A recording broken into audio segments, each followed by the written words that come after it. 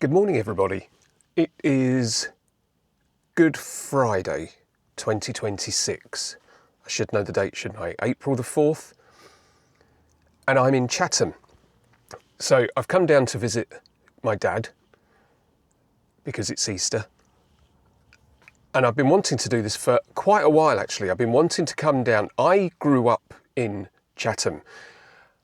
And on one of my previous videos, somebody put a comment and said, we recommend that you try out some of the historic sites on the North Kent coast, which I thought was a really good idea. And having grown up in Chatham, I thought, well, why didn't that occur to me before?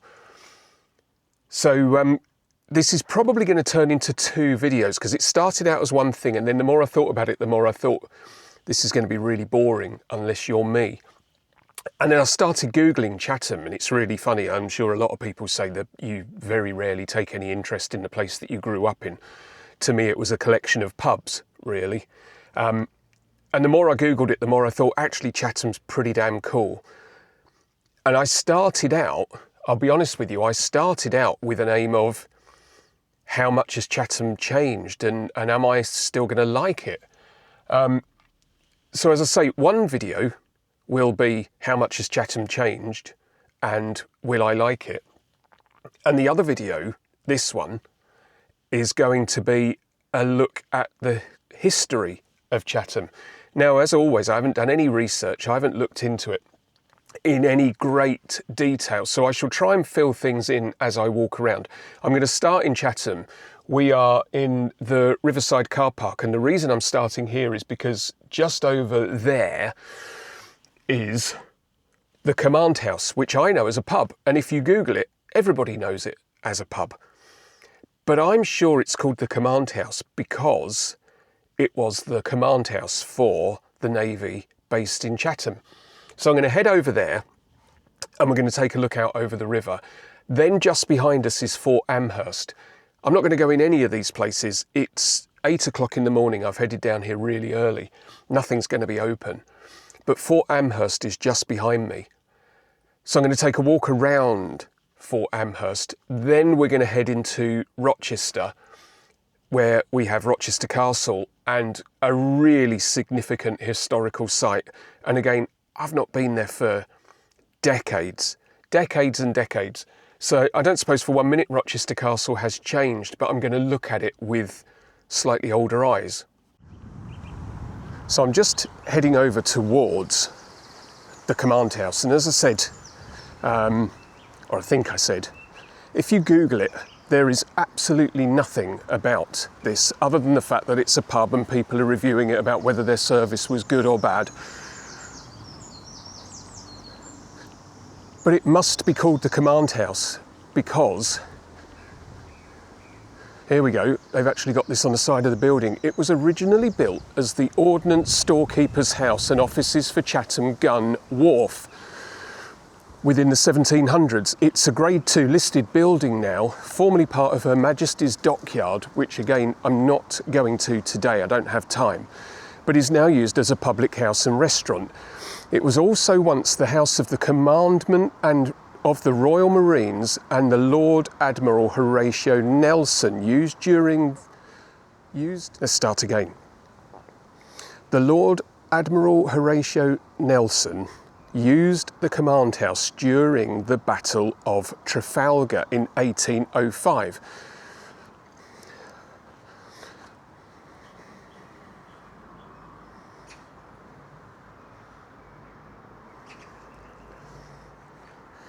So again, to me, it used to be after work on a Friday or a Saturday,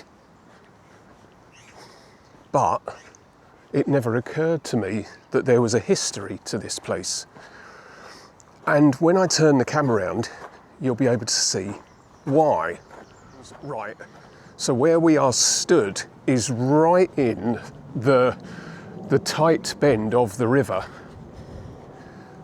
So it goes up here, it goes up there for a way, and then it comes all the way back round. So it's really not far away in this direction. So this was strategically incredibly important from what I gather from right back in the 1400s and onwards.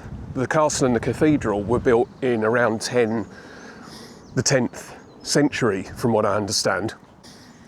So as I say, this was all incredibly strategically important. And another thing, just over there, kind of behind that hill, is Watling Street.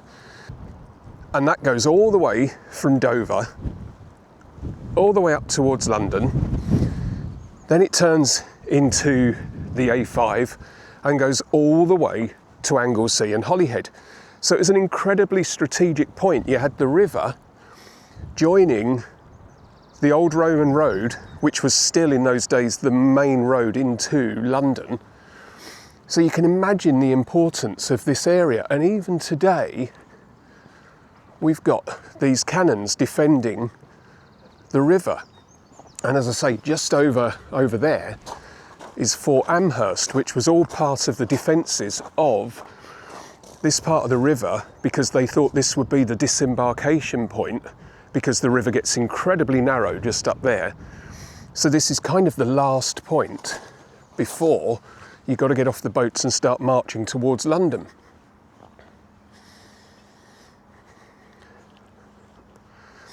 And what fascinates me is I never came around here. I lived here for 18 years and I never went past the pub. The pub is just there. So we're talking, what, 50 yards? And I've never ever been here in my life. This, I believe, is the ropery, and I think I'm right in saying up until quite recently this was the longest building in the world, where they built the ropes for the rigging on the ships. The dockyard, I believe, was enormous in those days. This was the start of it. Now, we're not going to go to the dockyard today because I simply don't have time. That's, to me, how far away it is. But in those days, it started here.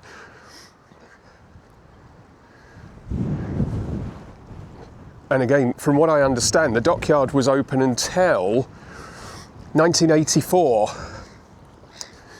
So, and I think I'm right in saying it was quite important even for the Falklands. I think some ships did sail from Chatham dockyard even in the Falkland conflict. And then sadly, and I say sadly because I think it was the turn of Chatham dockyard closed in 1984 after, what, 300 years of operation. Incredibly important site. Right, you're going to have to forgive me because this is going to be a series of me going, oh wow, I never knew that was there. How many times have I walked down here? Now, these cannons don't look like they've been put there since 1991, but I don't ever remember seeing anything here. And there is the river, as I say, there's the bit that goes off towards the estuary, which joins up with the Thames. And there's the bit that goes inland with Rochester Castle in the background. And then we've got these, and I say, I've never ever seen them. So that is Lord Kitchener. Let's see if I can get this on. And we're entering, I hope we're entering Fort Amherst. So I think that's the fort, and that's where you park if you want to go in the fort.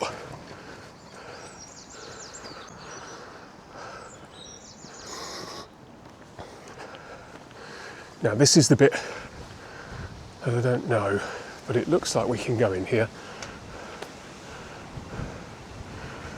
There's a cafe.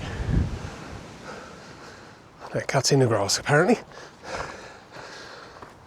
We are at the top of Fort Amherst. And as always on these videos, I'm out of breath. Hopefully you can't hear the flagpole flapping away in the wind. So, where are we? There's the castle and the cathedral. This is where I just was. There's the river. And this is Fort Amherst. And Fort Amherst was designed, as I say, to look out over the river, which is literally just over there. It bends all the way around and then comes around here. So these cannons are clearly pointing out over the river to defend from the Navy fleets coming up from France. So we've got a really commanding presence. I'm guessing these guns were able to reach kind of down there in the river. So it was all designed, I can't see that, what's down there? It was all designed to defend Chatham and this part of Kent. I gotta say, this is absolutely brilliant. The fact that you can just walk around here. Again, I don't know whether you could when I was growing up or if this has all been opened up.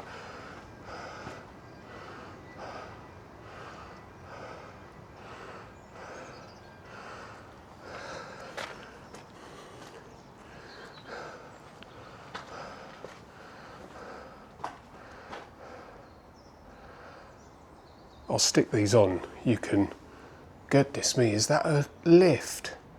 I haven't even read that thing I just put up on screen, but that is a lift, which looks like it goes down into the hillside.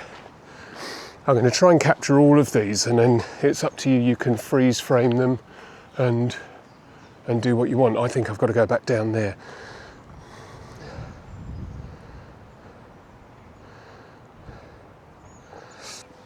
And that is what the river would have looked like in those days. The commanding position, absolutely incredible. Right, again, no facts, but I thought I'd show you this. We are nearly at the top, but there are the trenches. Same theory as in the First World War, I guess.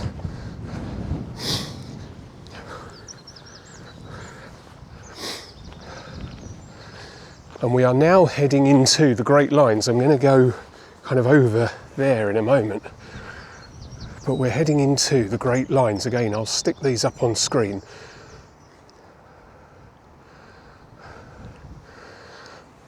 And as I was just saying, this trench is almost like a moat. Even though we're right up, now look, we've got a well there. So we're really up high, as you can see. I mean, Chatham is off down there. But they've got trenches around the fortifications. Look at these bad boys.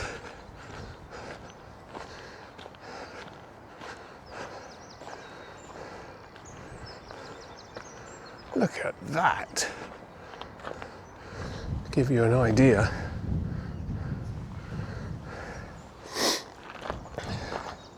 And they've even got some ballistics here. Is that the right word? They're not ballistics, are they? They didn't go bang, they just went oof. So again, this was very much built into the hillside. This really was. I mean, there must be so much below ground, which I'm sure they will show you if you actually pay up and go for a tour. But it isn't open at 8 in the morning. So this would have been another entrance, and I can get down here. This is brilliant. So, oh, we can't see. I was down there just a moment ago, pointing up here. So again, this is all trenched fortifications that went all the way up there, and there's the flag that we could see a moment ago. Very popular place for dog walkers now. Anyway, the reason I was reading about this, the reason I found this quite interesting, the Great Lines, I've always called them, everybody calls them the Great Lines, and we never knew why, never even questioned it. Never wondered why they were called the Lines, in the same way that we went and played at the Wreck, and we never asked why it was called the Wreck. Anyway, when I looked into it, these are the lines of defence. That's why they're called the Great Lines. They are the lines of defence. And it was very much forward thinking that, again, the river is down there and it bends all the way around there, and then it comes back. We're barely a mile from the river over that way. And they realised that there was every chance that there might be an attack from this way, but there might also be an attack from that direction. I don't know whether they'll maintenance a camera, but if you catch a sniff or 5, I apologise again. I know I apologise every single video, but I always seem to be sniffing. Anyway, we're still climbing, because this is what I was talking about. They realised that there was every chance that the forces wouldn't come from that direction, but they would get off earlier down the river, and they might come from the back. And there were, the reason it's called the lines is because there were several lines of defence stretching off in this direction. So we had gunning posts all the way. I tell you what, you're going to need way longer than I'm giving this. This is absolutely brilliant, but it's a maze. There are so many, and we can just about now see up there where I'm going to head next. So just to give you an idea, I don't know how I'm going to edit this, but I have been walking for nearly an hour so far.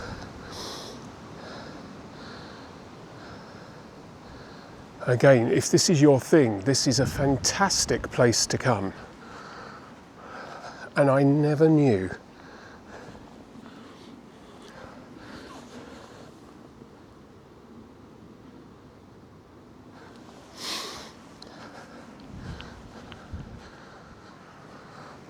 And you just don't know where to go. You don't know which way to go. There's so many paths, and I can see guns up there, and I can see guns down here. And obviously I think guns are bad, but these guns are really cool. And is that a mine from the river?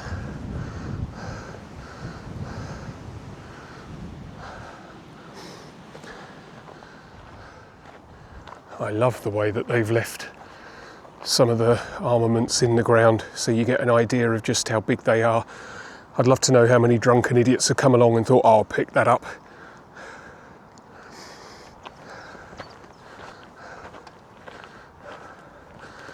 Ickle diddy gun.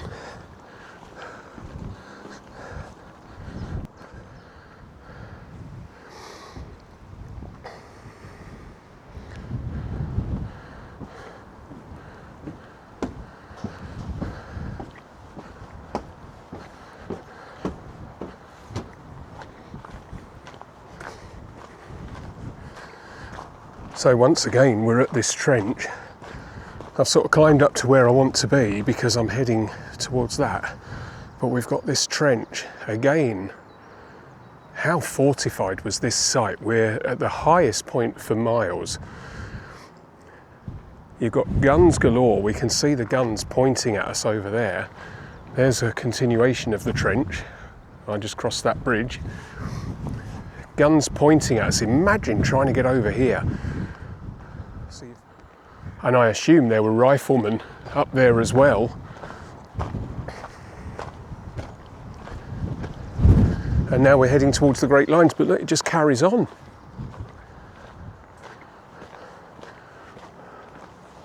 And is this the end of the fort? I wonder how many years we've had a Union Jack flying up there. It looks to me like the trench takes a hard left here. The fort's taken some battering, you can see on the corner here.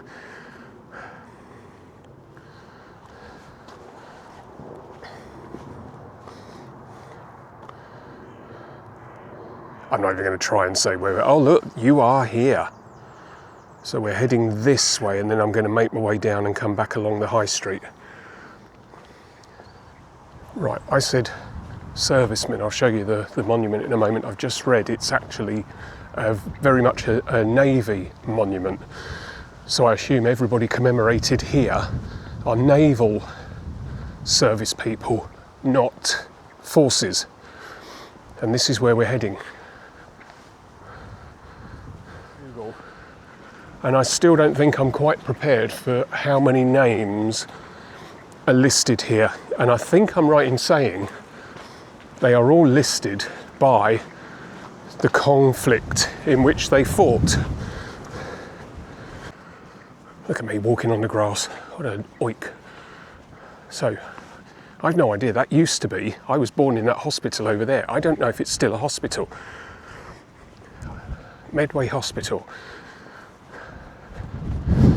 So again, that's how close. The river is literally just behind this hill. And this is the monument. And it stretches all the way around. So I'm going to labour this. If you're bored, skip ahead. But I think this is important.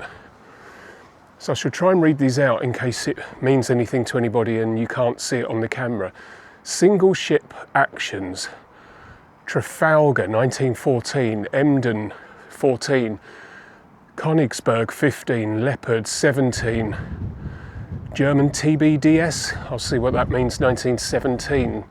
So they're all First World War losses, and the ships.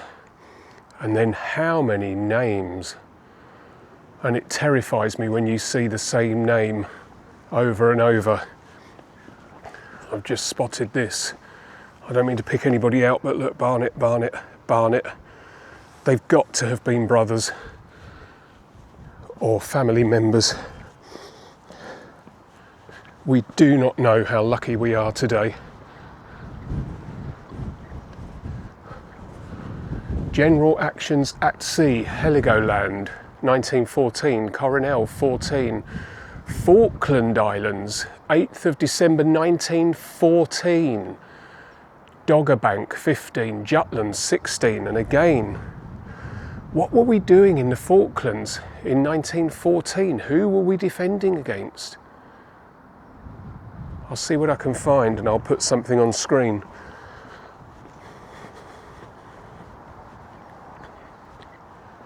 In honour of the Navy and the abiding memory of these ranks and ratings of this port, Chatham, who laid down their lives in the defence of the Empire and of no other grave than the sea. So these were all lost at sea, all these names.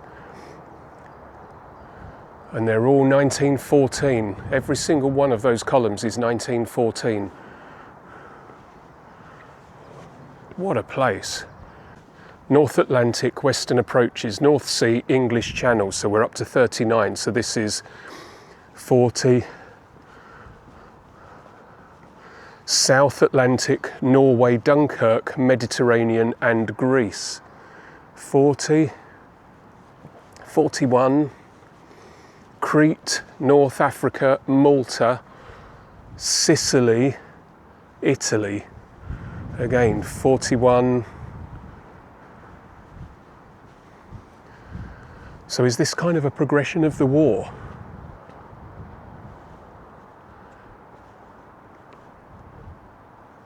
There's a full stop there. I don't know what that means. Does it mean Italy North?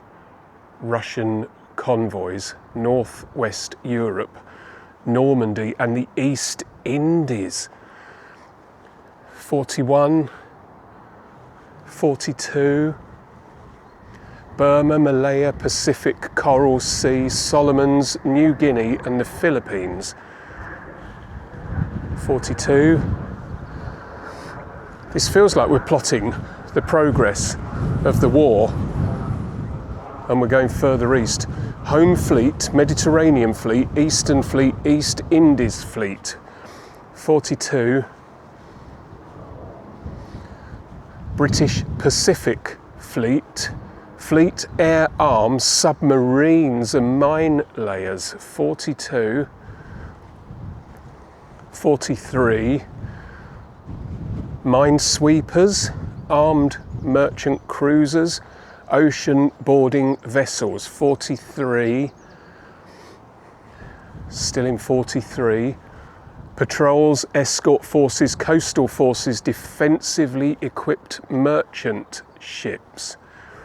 43, 44. Maritime Regiment, landing ships, craft commandos, landing ships. That just makes me think of Saving Private Ryan.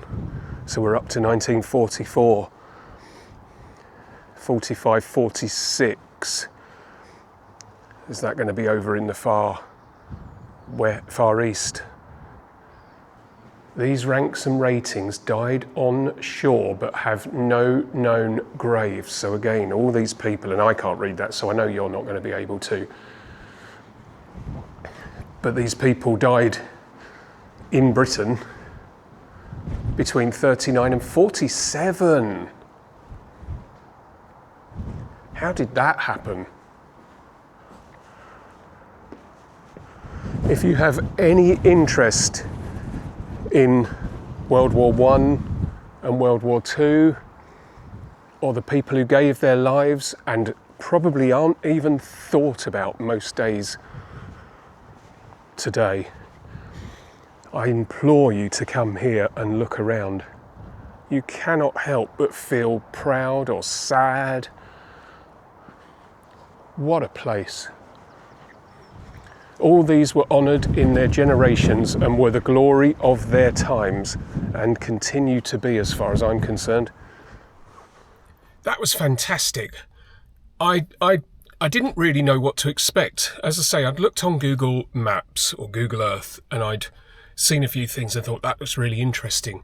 That is pretty much 2 hours and I haven't left Chatham at all. That was fascinating. I went up into Fort Amherst, walked along the lines, and then for my second video I've just walked down the high street, which is a completely different experience.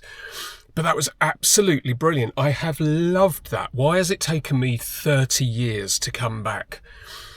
I mean, 30 years is obviously 1954, and that can't be right. But you know what I mean? Time means nothing to me anymore.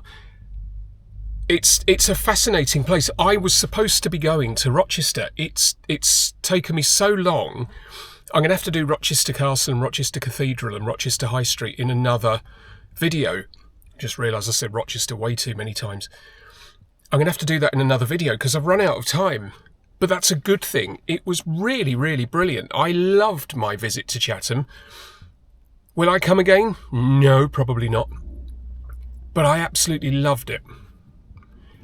I guess I should say thank you for watching. I've been Martin. I never say that, do I? This is within reach. I never say that either, do I? There's a checklist of things that you're supposed to do on these YouTube videos. I'm supposed to smile. I don't smile very much. I'm supposed to say hello. I'm supposed to say welcome. I'm supposed to tell you to like and subscribe. I'm not doing any of that crap. Not yet, anyway. But I will say thank you for watching. I do appreciate everybody who watches. I really appreciate everybody who comments, good or bad. I've only ever had one bad and I completely agreed with him. And any ideas you've got of places that I could go to would be greatly appreciated. And I'll see you again soon.